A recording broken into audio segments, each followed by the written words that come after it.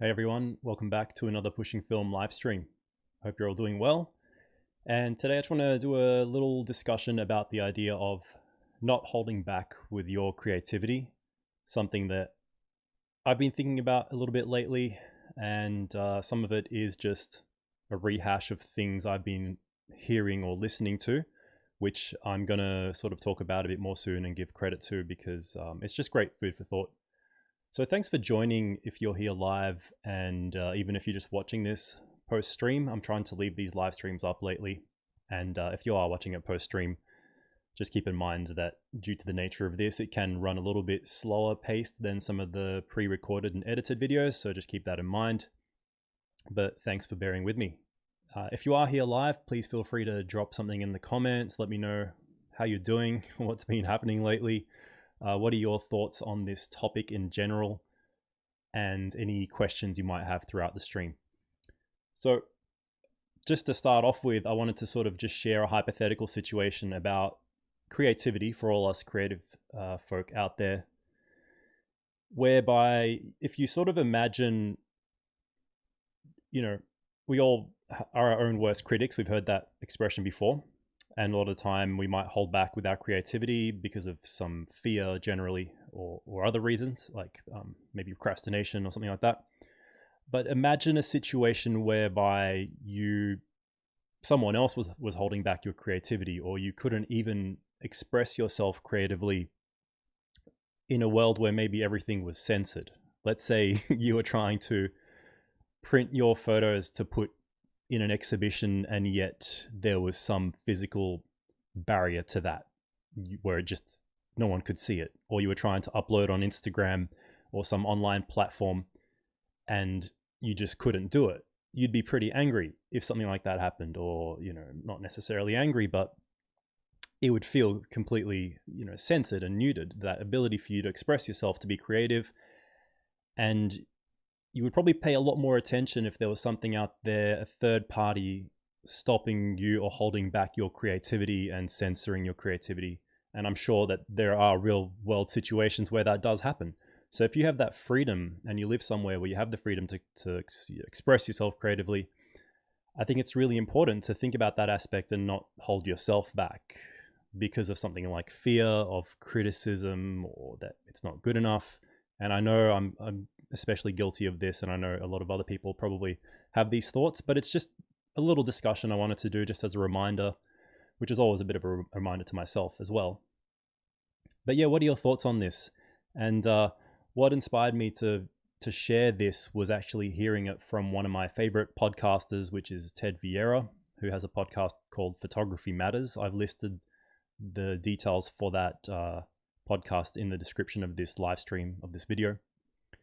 And Ted is great at talking about these philosophical things and matters and food for thought all the time. I listen to him. So in some of his more recent podcasts, he talked about this idea in relation to selling prints, for example, whereby he sells prints occasionally, and sometimes it's the photos that you wouldn't even think people would be into. Or he was talking about how you might not put your photography up for sale or share it or whatever it is because you think no one will be interested in it. And I know we've all felt that. But in his example, he talks about a photo that he shot just outside of his balcony window or something like that, just of this nice red plant. And he didn't even have the intention to ever sell this photo because he didn't think it would be the type of photo that people would like. But he put it up on a Facebook group or something, and there was someone who really clicked with that photo, who related to it, who found it beautiful and asked him for a print of it. And he ended up adding it to his site or whatever and selling a print of a photograph he never thought he would sell. So that's just a nice little example of that situation. And I know I've seen it happen, whether it's with myself or others. I've had friends who've put photography out there on a social media platform and then been approached by a company from somewhere overseas who really saw something in the images and decided they wanted to use it for branding, maybe to hang in their office or something, just because it was that perfect match for what that person was after. And they really appreciate it on a level that maybe even my friend never thought it was worth, or maybe he didn't even appreciate that. And I know I felt that before. I've shared images where there might be a series and someone would say, I really like that one, like one particular shot. And that's sometimes been the shot where I thought, oh, that was the one that I didn't really like so much. I thought this other one was better. So again, we're always our own worst critics. And I know you probably heard this 100 times. I know you guys watching this probably know about this already, but it's just nice to be reminded. At least that's how I feel. I like to remind myself of that. So definitely check out Ted Vieira's podcast and have a listen to his more recent stuff from November if you want to know what I'm talking about. He gave that example, and he gave the example of a photographer who had work put out somewhere, and he was approached by the company Tiffany, the jewelry company in New York, who decided to buy his photography to put it up in all of their stores throughout the world. And he never would have predicted, I think he was talking about an interview he was quoting, but yet another example of not holding back. Hey guys in the comments, Carlos, it's Ted Vieira. So I've put his name and a link to his podcast, which is called Photography Matters, in the description. Hey man, Josh, how's it going? I did a live stream outside of a Sunday, so happily you could join this time. Going to go night shooting for the first time. Cool. Yeah, I've been loving night shooting now that we're out of lockdown here.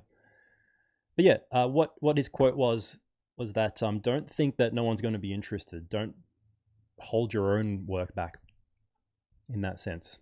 And another example I want to talk about, and I've just got my little notepad here so I could sort of remember the points I wanted to make, was that we often, I know I'm guilty of doing this, where I sort of might look up to other photographers or creatives and think that their work is amazing.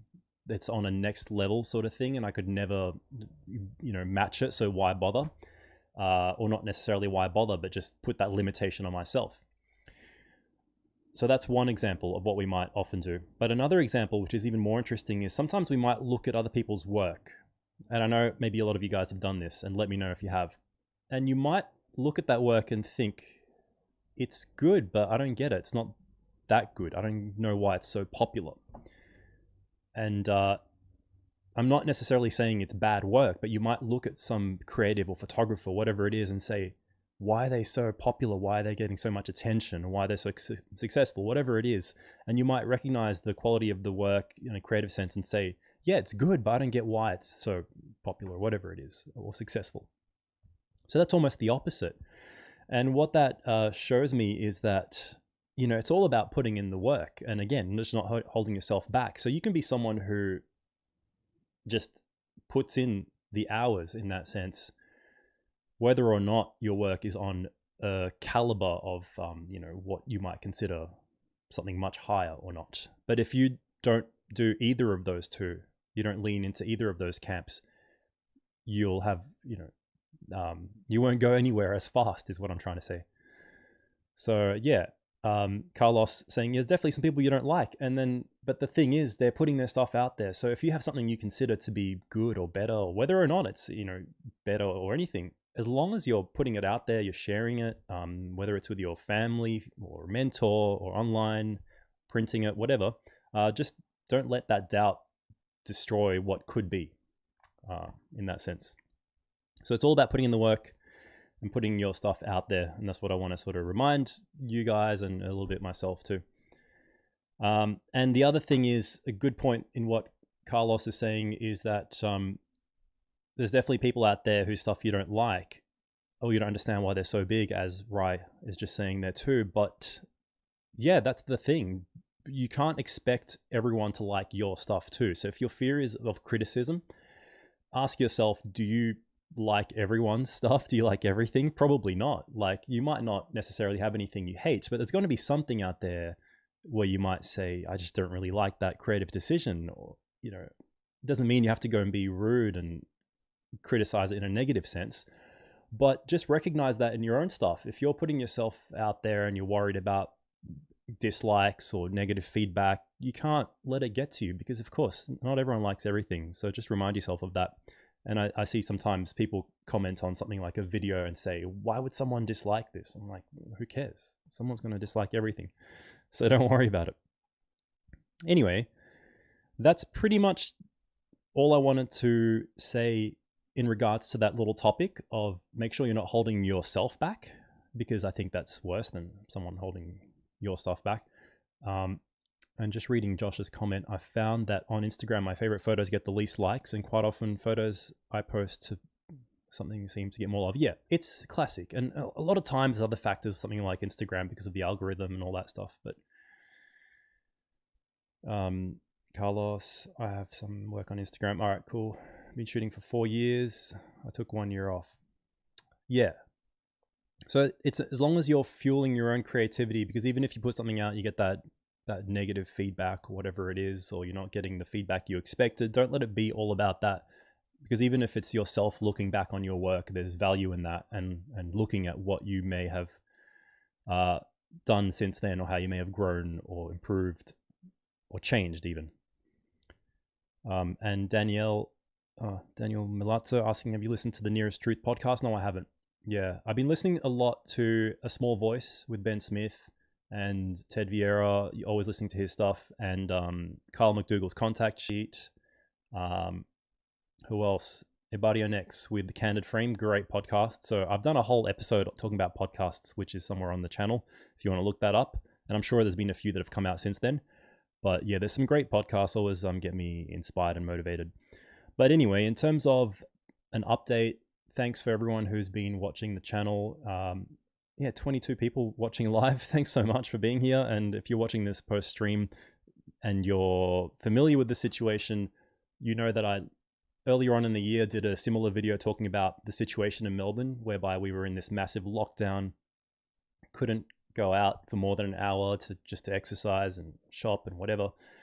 But since then, things have improved a lot. So the restrictions have eased a lot here over the last month, which means we can do a lot more. I've gone camping one time since then already. I've already planned some more trips. So yeah, the situation in Melbourne in regards to the lockdown has gotten a lot better. There's pretty much no cases here for the last 28 days or something like that, which is really good. So everything's under control in this city, at least for the time of making this video, and I hope it stays that way, which is great because that means that the interstate borders are opening up soon. And I'm planning on hopefully traveling interstate again, which it's been so long since traveling anywhere, let alone just little trips, camping and stuff like that, and hiking, which is great to be able to do. So expect some more varied content. You've probably seen a little bit already where I have been able to get out and shoot and include that in some of the videos. So there'll be a lot more of that, some road trips coming up. I'm thinking of maybe doing a trip to Sydney sometime in this month, in December. So it's early December now. And it's the end of this crazy year of 2020. So I thought it'd be an interesting time to do an update. But yeah, if anyone's in Sydney, could be an opportunity to do a meetup over there, actually. I haven't finalized any dates yet, but it would be nice if I managed to come to New South Wales. Josh is saying come to Queensland. Yeah, you know what? I'd love to. Have they opened the borders to Queensland yet?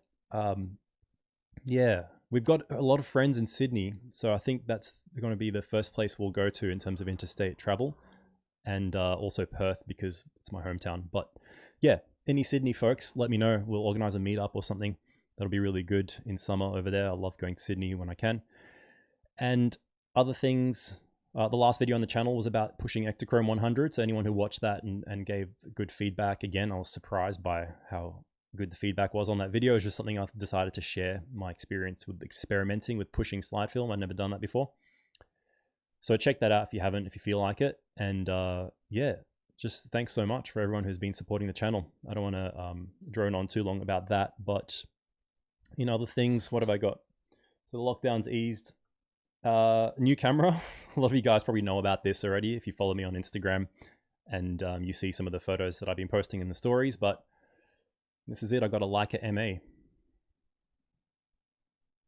Beautiful 35mm rangefinder from Leica. If you know me, you know I've been shooting with my M4 for the last 3 years now, and I've still got that for the time being, but I'd been wanting to get something like this for a while. I had my eyes from the very beginning. I actually wanted a black Leica that had 28mm and 35 and 50mm frame lines and all that, but I couldn't afford it at the time. I've had my eye on something like an MA if a deal ever came up. This is actually a secondhand body in really nice condition. And yeah, why did I get it?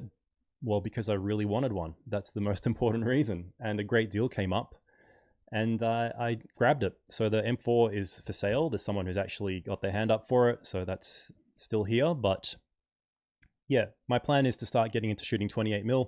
If you know me, you know I've been shooting a lot of street photography. I've always been into street photography.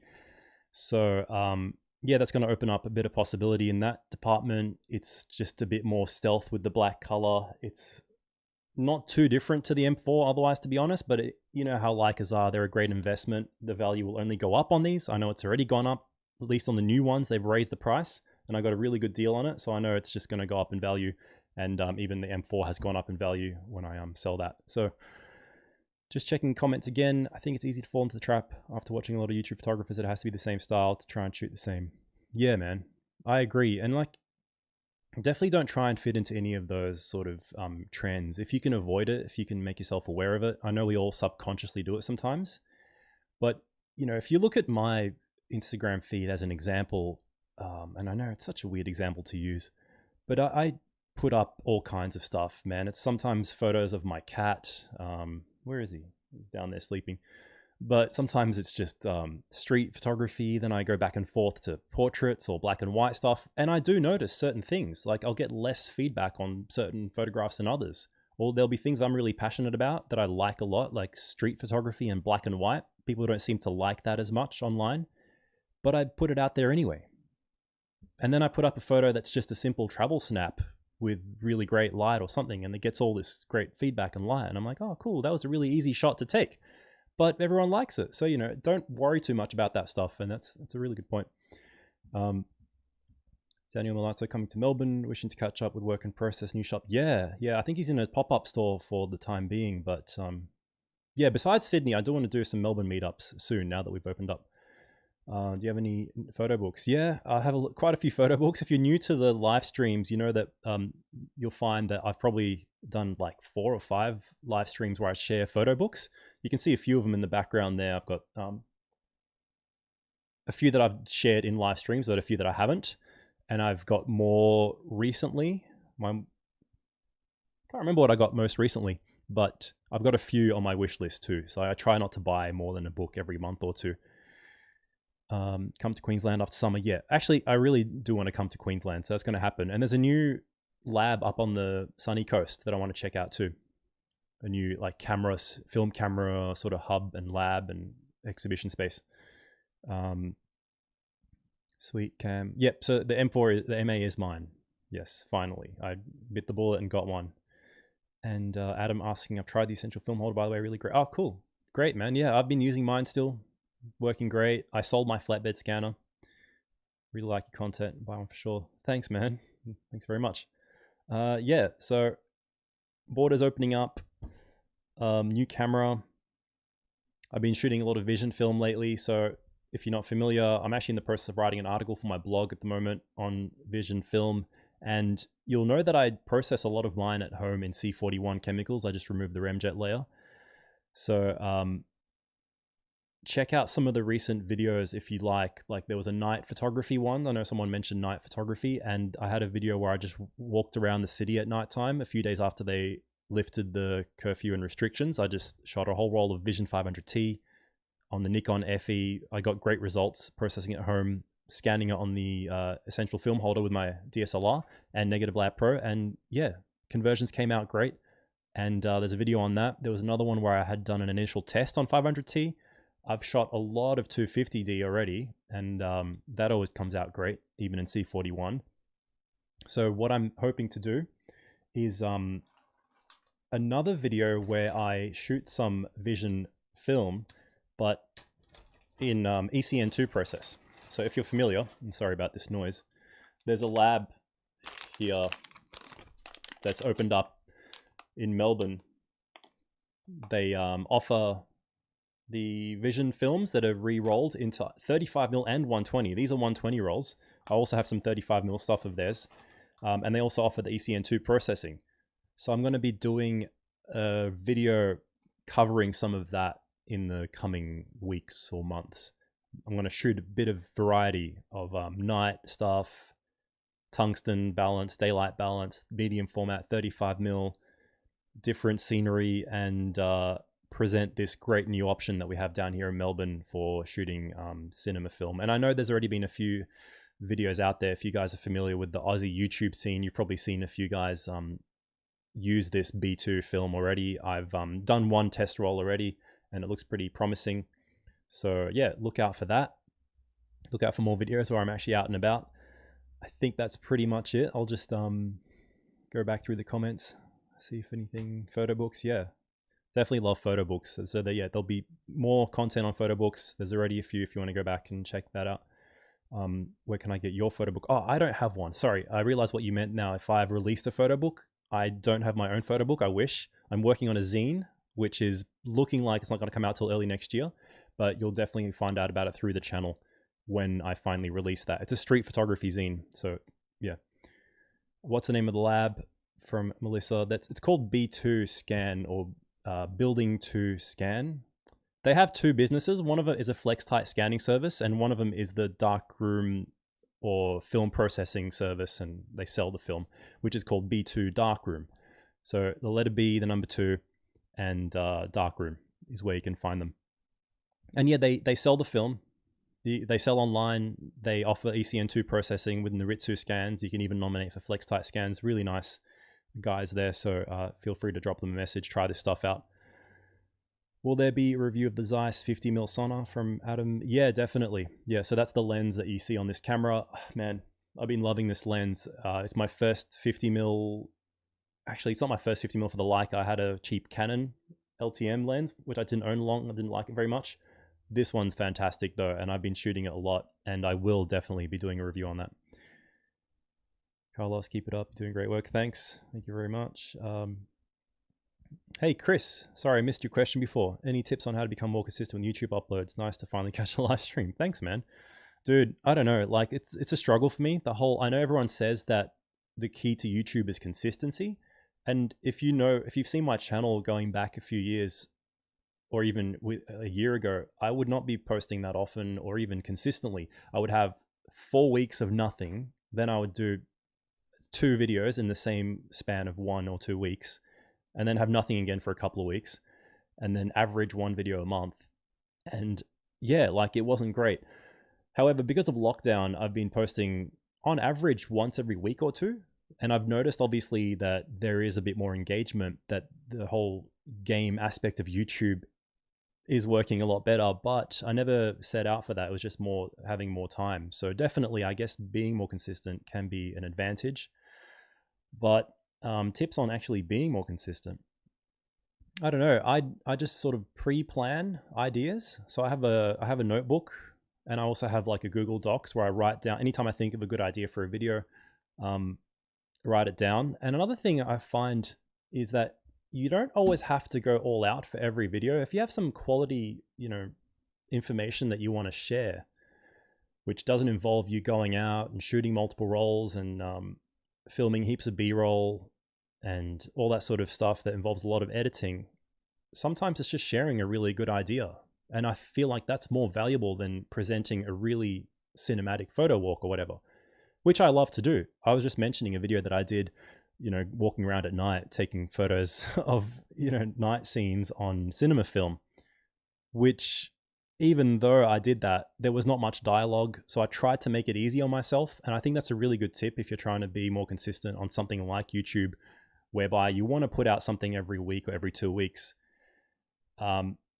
Focus more on the content, on what it's offering people, rather than having to always put pressure on yourself to have amazing B-roll, editing, heaps of good dialogue. Like, I know the pressure. You have to shoot, you have to get it processed, you have to scan it, edit the shots, put it online. Yeah, so even, for example, me doing these live streams, engaging with you guys, to me, it offers value to myself, and I know other people might get something out of it too. So that can help you get more engagement if you're, thinking about that too. And yeah, Chris, if you do live streams, let me know. I'll be keen to join. All right, just checking down the comments again. Kevin, first place you want to travel outside of Australia when the pandemic is over? Ooh, I was thinking New Zealand, but only because I think that there'll be travel bubbles, and that'll be the first place they'll have a travel bubble allowance with us. But outside of that, so many places. Thoughts on the Konica TC Auto Reflex? None, unfortunately. I've never really handled or used that camera. Definitely posted more since the pandemic. Yeah, Exactly. And because my work had generally been in things like teaching or photography or weddings and whatever, a lot of that was out the window. So I had a lot more time to work on stuff like this YouTube channel. Vince Perry Jr., yo, yo, yo, yo. Hey, man. Yeah, thanks. Zone Focused. Hey, man. Yeah, see, I just discovered your channel recently. And it's really great stuff. I like what you're doing. And especially being based in Japan, another country I definitely want to travel to again. Even though I've been there 4 times, I love Japan. And you're saying that pre-planning is essential. Yeah, definitely. Even if it's not planning out the whole video, have a bucket of ideas to reach into. Because I know a lot of time I'll just be walking around, see something, and think, hey, this would be cool to talk about in a YouTube video. So you just write it down. And I feel like if you can just sit down and talk and do videos, that's easier to put out. Yeah. Just do anything that you feel offers some value. It doesn't always have to be polish and shine and what's trendy, as good as those videos are, and we all love watching them. Just something that, even if it's just showing someone how to, whatever, just put a lens on a camera the proper way or something like that, because it'll have long-term value. Josh, I've been posting weekly for 2 years now, and it's a struggle at times. I don't get much interaction, which is fine because I do it just because I like it. Yeah, that's good enough. That's good enough. If you had, for example, Josh, decided to broaden into doing different types of videos, you would have to do it because you want to. And that's really important. It'll be different for every person, for sure. You are getting the reps though. Yeah. New Zealand. Yeah, man, New Zealand's beautiful. I've been there before, but I really want to go again. Chris got the leg up on all of us being in Japan. Yeah, man, Japan's great for street photography. That's what I really love as well. Loving this live stream, delivering that value is huge for sure. Yeah, Vincent's on the money there. And if you guys watching, check out Vincent's channel. That's a good example of channels that deliver value and stuff that will be worth a lot even years down the track. And even, is it Chris from Zone Focused? Check out his channel too. A lot of the guys watching here are also doing YouTube videos, so check them out. And have you got through your prints or negs? I'd love to see a bit of that. So do you mean sort of like an organizational video? I'm not sure what you mean by that question. Or gone through your prints or negs, obviously video of that. Yeah, let me know for clarity. Josh, I'll be honest, most of the B-roll of my videos isn't great either. Well, yeah, I mean, the B-roll that's why it's B-roll. It's not A-roll. But again, I feel like what the most important thing is offering some kind of value, right? To put my channel as an example, the one video that brought the channel the most growth in the shortest amount of time, and in general for the channel, was my video showing people how to load a film camera. And it wasn't even that well done when I look back at it. I look back at it and cringe. And I think that's really important for any creative. It's actually a good thing. If you don't look back at your previous work and cringe at it and think, oh man, I wish I could change this or that, then you're probably doing something wrong. If you look back at your old stuff and you think, man, this is the shit, it's great, then you're probably not doing something right. Like, it's really important. But despite that, that video showing people how to load a 35mm film camera was purely out of my desire to want to help people. I worked at the camera shop, constantly having people come in with blank rolls of film, having to show them why they did it, and thinking, why don't I just make a video and help, especially the younger audience getting into film photography, how to load a camera properly and avoid blank rolls. And it has, like, I don't even know how many views. That's 500,000 or something almost. It's crazy. But yeah, it's value. That's what you have to offer. Even if the B-roll in that video was non-existent, it did really well. Even if I forgot a bunch of points, it did really well because I did it, and there probably weren't many at the time. And yeah, that's all. Offer some kind of value. Zone Focused. Asked slide film was crazy. Passion video on the Japan trip. Oh, thanks, man. You've seen those videos. That's cool. Yeah, and you'd be familiar with a lot of the streets there. And yeah, on the Astia, I liked that film. That was really good. It had a bit of a color shift, but you can probably find it expired online. That'd be pretty cool. Video of going through your favorite prints you made. All right, yeah. All right, Carlos, I think I know what you mean now. Going through negatives, comparing it to the prints, and maybe some darkroom prints. That would be a video worth doing. I'll add it to the bucket. Vincent, I always try and drop some type of knowledge in my videos. I try my best just to share my experience. I would say not every video I do, it's geared in mind to help. Yeah, of course, not every video you make can be geared to help. Sometimes it's just fun to make something entertaining, and I do that all the time. obviously, but I think it's good to at least offer some kind of value in your channel, if you want that sort of growth, so to speak, in terms of numbers. That's how I found you. Yeah, so a lot of people found the channel through that loading film video. Sometimes it's just me getting out for my own health. Absolutely, yeah. And that's what I found with these last vlogs I've been doing. Like vlogs, for example, are often like the kind of videos a lot of people skip through. I know I do it because you just want to get to the bits you're interested in. But filming a vlog can often just be a way of expressing yourself and what you've been up to and where you've been and the photographs you've taken. Even if you're not actually offering anything informative, it's great fun to do, and it is very therapeutic in a sense. That's why I'm excited to do these videos coming up where if we do a trip to Sydney, for example, it'll be a road trip. I want to record a lot of that and maybe make a vlog out of it again, because that is just fun to do. You need to come to the large side 4x5. Yeah, I've shot 4x5 before, and yeah, I wouldn't mind getting back into it. I would probably start with an Intrepid camera, but I just don't want to get one and have it sit on the shelf most of the time and barely use it, because I find that medium format offers pretty good amount of quality when I do want that extra resolution. But yeah, 4x5 is also very expensive. It's harder to process at home, but I wouldn't mind one day having a 4x5 camera for that really special stuff. Shot some large 4x5 slides. Awesome. Yeah, I've shot some 4x5 Provia. It's beautiful. It's really great. And I love just looking at the slides, holding them up. And it is something different. And I've seen 8x10 slides. They're crazy if you haven't looked at one of those. I've got one roll of Astia left. Don't know what to shoot with it. Yeah, portraits can be good, man. I know you do portraits. Really like the vlog videos personally. Another video I'd like to see of you sharing your thoughts on various film stocks and types. Yeah, that'd be good. BTS stuff is interesting to me. Yeah. Yeah, see, some people will stick around for longer videos and BTS, some people won't. And that's just how it is. I feel like those speak to me the most, to be honest. I like feeling like I'm right there with someone experiencing it. Yeah, I feel the same. A lot of time, if it's someone who I really relate to, I don't know if you guys watch, like for example, Nick Carver and Bray Hunziker out of the US. I love their vlogs, and a lot of it is purely going out to some awesome location, taking photos, talking about their thought process, but it's just so entertaining. And I'll just sit there through the whole video. It's like grab the popcorn and just watch, and it's great fun. And that's what inspires me sometimes as well. So anyway, I think this stream's getting a bit long, and I probably should cap it off here somewhere. But thanks for joining, guys. I didn't think that doing a stream at this time on a weekday would actually have this many people, because it's like really late in the US and it's really early in the UK, where I know a lot of the viewers are from.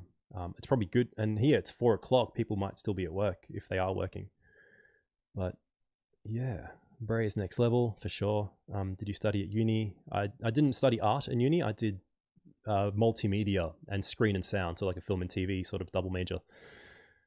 Great points. Value super key. Be wanting to put out more talking videos about experience. Yeah, and I like those videos where you, for example, talk about stuff you've just purchased, or even if it's just something that's been on your mind. I like that kind of stuff.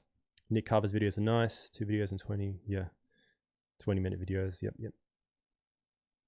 Let's go all night. Yeah. See, all right. Maybe I should try looking at mixing up the live streams a bit more, because I was busy the last couple of weekends and work is starting to open up again. I've had some wedding assistant jobs and some family shoot coming up and some other stuff that's been happening.